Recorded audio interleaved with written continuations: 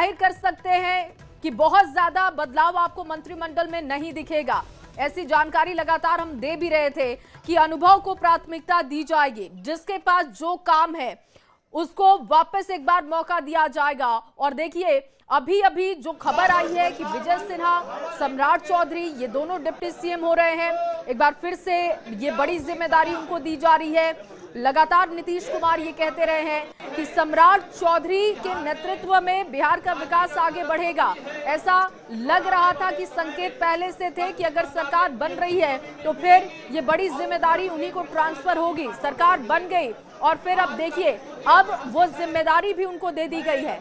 तो सम्राट चौधरी, विजय सिन्हा के पास डिप्टी सीएम का पद होगा, ये क्लियर हो चुका है। बैठक की तस्वीरें लगातार हम आपको दिखा रहे हैं। एक्सक्लूसिव तस्वीरें न्यूज़ 18 बिहार झारखंड पर आप देख पा रहे हैं, जहां पर बीजेपी विधायक दल का नेता चुना गया है, उपनेता चुना गया है। और राजनीतिक जानकार संजय जी हमारे साथ जुड़ चुके हैं। संजय जी, ये साफ हो चुका है कि सम्राट चौधरी और विजय सिन्हा डिप्टी सीएम होंगे। जी बिल्कुल, इसकी संभावना तो देखी ही जा रही थी ना कि जिस तरह से इन लोगों ने परफॉर्म करके दिखाया है चुनाव में, और जिसको कहते हैं लैंडस्लाइड विक्ट्री मिली है बिहार में, तो लग ही रहा था कि हाँ इनको रिपीट किया जाएगा। क्योंकि कल ही विजय सिन्हा ने जिस तरह से गुलदस्ता भेंट करके प्रेम कुमार को शुभकामना दी, जी, लेकिन क्या मायने लग रहे हैं इसके? अगर इस तस्वीर को देखा जाए तो क्या अनुभव को प्राथमिकता दी गई है? निर्वाचित करने का प्रस्ताव किया और भारतीय जनता पार्टी के विधायक दल ने सर्वसम्मति से श्री सम्राट चौधरी जी को विधायक दल का नेता चुनने का समर्थन किया है। और हमारे उप नेता के लिए जो उप मुख्यमंत्री के रूप में शानदार कार्य करने का काम किया है, बहुत ही वरिष्ठ नेता हैं आदरणीय श्री विजय कुमार सिन्हा जी, उनके नाम का भी प्रस्ताव आया है और सर्वसम्मति से समर्थन मिला। मैं विधायक दल के नेता के रूप में श्री सम्राट चौधरी जी और उप नेता के रूप में श्री विजय सिन्हा जी के नाम का ऐलान करता हूं। यह जोड़ी, विजय सिन्हा जी आइए मंच पर, यह जोड़ी हिट भी है और हिट भी है। और देखिए ये तस्वीरें हम आपको दिखा रहे हैं। पहली तस्वीर बतौर बिहार के उप मुख्यमंत्री एक बार फिर से सम्राट चौधरी को शुभकामनाएं देते हुए आपको बीजेपी के तमाम दिग्गज नेता नजर आ रहे होंगे। तमाम नवनिर्वाचित विधायक मौके पर मौजूद हैं और देखिए चेहरे पर उत्साह है, उमंग है। लेकिन आपको बता दें कि इस बात की चर्चा पहले से ही चल रही थी कि फिर से पुराने चेहरों को ही दोहराया जा सकता है। और आखिर न्यूज़ 18 की खबर पर मोहर लग गई है, सम्राट चौधरी और विजय सिन्हा ही डिप्टी सीएम बने रहेंगे। ये बड़ी खबर आपको इस वक्त की बता रहे हैं बिहार के उप मुख्यमंत्री के तौर पर। दोनों अपने नेता और उपनेता को बहुत बहुत बधाई। और दोनों हमारे भारतीय जनता पार्टी बिहार प्रदेश के कर्मठ नेता हैं और भारतीय जनता पार्टी के केंद्रीय नेतृत्व ने जो निर्णय लिया है वह बिहार के हित के लिए निर्णय है और इस निर्णय का पूरा बिहार और पूरी पार्टी स्वागत करती है। और देखिए हमारे साथ लगातार राजनीतिक विश्लेषक संजय जी मौजूद हैं। संजय जी, हम आपसे ये जानना चाहेंगे कि एक तरफ जहां बीजेपी हमेशा सरप्राइजिंग फैक्टर अपने साथ रखती है, सरप्राइज देने के लिए जानी जाती है, लेकिन इस बार बिहार में कुछ सरप्राइज नजर नहीं आया, फिर से उन्हीं चेहरों को दोहराया गया। क्या इसके पीछे भी कोई रणनीति हो सकती है? देखिए, बीजेपी हमेशा रणनीति के तहत ही निर्णय लेती है, लेकिन जब कोई ऐसा फेस जो रिकॉग्नाइज हो, वैसा फेस जिस पर जनता का भरोसा हो, वैसा फेस जो जीत दिलाने में बड़ी भूमिका अदा की हो, तो वैसे फेस पर भी मुहर लगाते रही है बीजेपी। और सम्राट चौधरी और विजय सिन्हा उसी की कड़ी है कि इन पर फिर से डिप्टी सीएम की जिम्मेवारी दी गई है कि अगर इन्होंने परफॉर्म करके दिखाया है, क्योंकि परफॉर्मर को भी बीजेपी एवॉर्डेड करते रही है। जी, सम्राट चौधरी ने भी परफॉर्म किया, विजय सिन्हा ने भी परफॉर्म। लेकिन सर अगर हम बात करें तो यूथ और महिला की चर्चा बार बार पीएम मोदी ने भी मंच से की है। ये कहा जा रहा था कि शायद कोई नया चेहरा, एक नया चेहरा हो सकता है, लेकिन इसके पीछे क्या कोई तैयारी नहीं की गई, इस वजह से भी नया चेहरा देखने को नहीं मिला? नहीं, मंत्रिमंडल का विस्तार होगा तो आपको महिला और यूथ का रिप्रेजेंटेशन भी देखने को मिलेगा, ऐसा नहीं है। और डिप्टी सीएम कोई कॉन्स्टिट्यूशनल पद नहीं होता है, ऑनररी पद होता है जी। तो जब मंत्रिमंडल का विस्तार होगा तो उसमें आपको महिला भी दिखेगी, उसमें आप यूथ भी देखेंगे। और प्राइम मिनिस्टर जब संबोधित कर रहे थे बिहार की जीत की बात, तो इस बात को उन्होंने दोहराया था, मजबूती से दोहराया था। ये महिलाओं की ताकत और युवाओं की ताकत ने मिल करके इस तरह की विक्ट्री हमें बिहार में दिलाई है।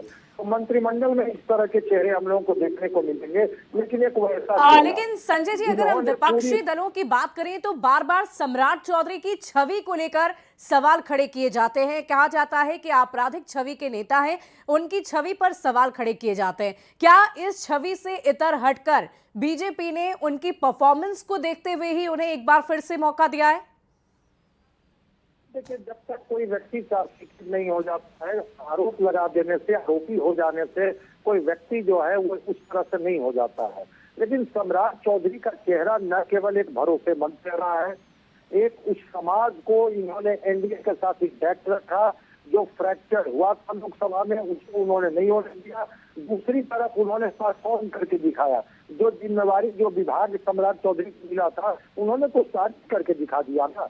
तो इस वजह से विपक्ष को आरोप लगाते रहेगी, हर जगह विपक्ष कमियां खोजते रहेगी और खोजना भी चाहिए, लोकतंत्र इसकी इजाजत देता है। लेकिन परफॉर्मर और एक ऐसा चेहरा जिसने कुशवाहा समाज को इंटैक्ट करके रखा, खास करके एनडीए के साथ, ये अपने आप में बड़ी बात है। शायद इसी वजह से सम्राट चौधरी को। लेकिन अब हम चर्चा करेंगे सर विजय सिन्हा को लेकर। विजय सिन्हा पर ये कयास लगाए जा रहे थे कि शायद ये चेहरा डिप्टी सीएम का बदल सकता है, लेकिन एक बार फिर से इनके चेहरे पर भी मुहर लगी है। इसके पीछे भी कोई जातीय समीकरण को साधने की कवायद थी या फिर उनके परफॉर्मेंस को देखकर ही उन्हें भी फिर से चुना गया? नहीं, देखिए, बिहार में जातीय चेहरा को न देखा जाए ऐसा संभव नहीं है। ठीक है, जातीय गणित तो होता है, उस अर्थमेटिक के बिना बिहार की राजनीति हो ही नहीं सकती है।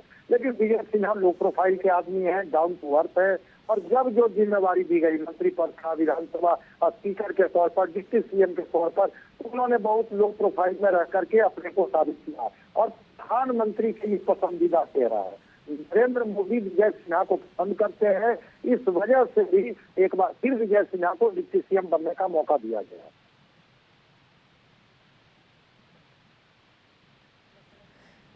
और देखिए संजय जी लगातार हमारे साथ बने हुए। संजय जी, क्योंकि अभी आपने स्पीकर की बात की, बतौर स्पीकर भी विजय सिन्हा ने काम किया है, लेकिन बीजेपी की तरफ से सीनियर लीडर प्रेम कुमार का नाम सामने आ रहा है, तो क्या इस रेस में कोई और भी नाम हो सकते हैं या फिर प्रेम कुमार पे ही बीजेपी मुहर लगा देगी? डॉक्टर प्रेम कुमार 1990 से लगातार जीत रहे हैं जी। कल्पना कीजिए कि ये 9वीं जीत उनकी हुई है। कोई व्यक्ति जो 9 बार लगातार जीत रहा हो तो एक अनुभवी चेहरा है। हाँ, बहुत बधाई, बहुत शुभकामना है। सम्राट जी और विजय सिन्हा जी नेता और उपनेता चुने गए हैं। स्पीकर पद पर मुझे लगता है कि तो दिलीप जायसवाल को आप सुन रहे थे, जिन्होंने बधाई दी है, शुभकामनाएं दी है। और देखिए अभी बीजेपी दफ्तर में काफी हलचल चल रही है, सभी नेता बधाई और शुभकामना दे रहे हैं। की बैठक हुई और इसमें सर्वसम्मति से श्री सम्राट चौधरी जी को विधानमंडल दल का नेता और श्री विजय सिन्हा जी को उपनेता चुना गया। मैं अपनी ओर से भी अपने दोनों नेताओं को हृदय से शुभकामनाएं और बधाई देता हूं और इनके नेतृत्व में बिहार और आगे बढ़ेगा, बिहार और विकास करेगा और विकसित बिहार इन दोनों के नेतृत्व में बनेगा। और आदरणीय प्रधानमंत्री नरेंद्र मोदी जी और श्री नीतीश कुमार जी के जी का आशीर्वाद से पार्टी के विधायक दल के नेता के तौर पर पार्टी ने मौका दिया। पार्टी के बिहार विकास के आगे माननीय नेता के रूप में सम्राट चौधरी जी और माननीय उपनेता के रूप में विजय सिन्हा जी का सर्वसम्मति से चयन हुआ है। और मैं समझता हूं पिछले बार भी इनके नेतृत्व में लगातार बिहार का विकास होता रहा। इस बार और तेज रफ्तार से बिहार का नेतृत्व इनके दोनों नेताओं के बिहार की रफ्तार के साथ विकास करेगी।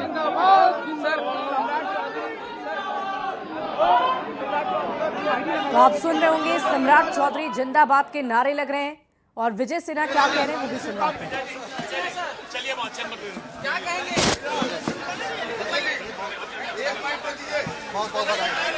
सर? जिंदाबाद सम्राट चौधरी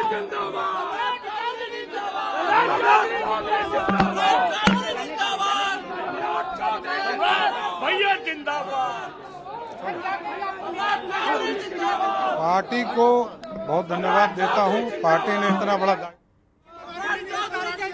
लगातार देखिए, सम्राट चौधरी जो ने कहा साफ तौर पर कि पार्टी से जो जिम्मेवारी मिली है मैं उसका इस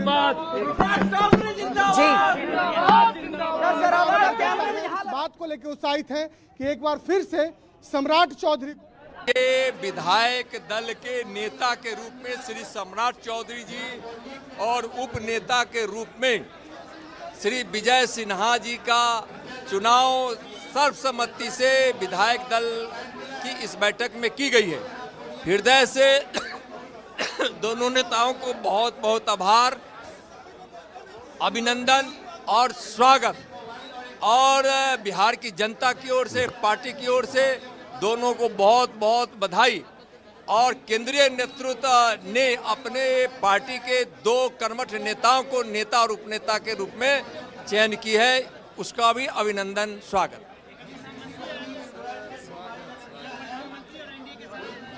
हाँ, बिल्कुल बिल्कुल, बिहार की इस ऐतिहासिक जीत पर कल शपथ ग्रहण भी ऐतिहासिक होगा। तो तस्वीरें बीजेपी दफ्तर से आप देख रहे हैं। एक बार फिर से उन्हीं 2 चेहरों को दोहराया गया है जो पहले से बिहार के उप मुख्यमंत्री के तौर पर कार्यरत थे, मौजूद थे उस पद पर। आगे बढ़ेगा, चूंकि इनको बहुत ही अनुभव है बिहार को कैसे आगे बढ़ाया जाए। नहीं, निश्चित रूप से पहले से भी ये जिम्मेवारी थी और बिहार को आगे बढ़ाना है, विकसित बिहार के सपना को पूरा करना है। अभी उस पर चर्चा, यहाँ तो नेता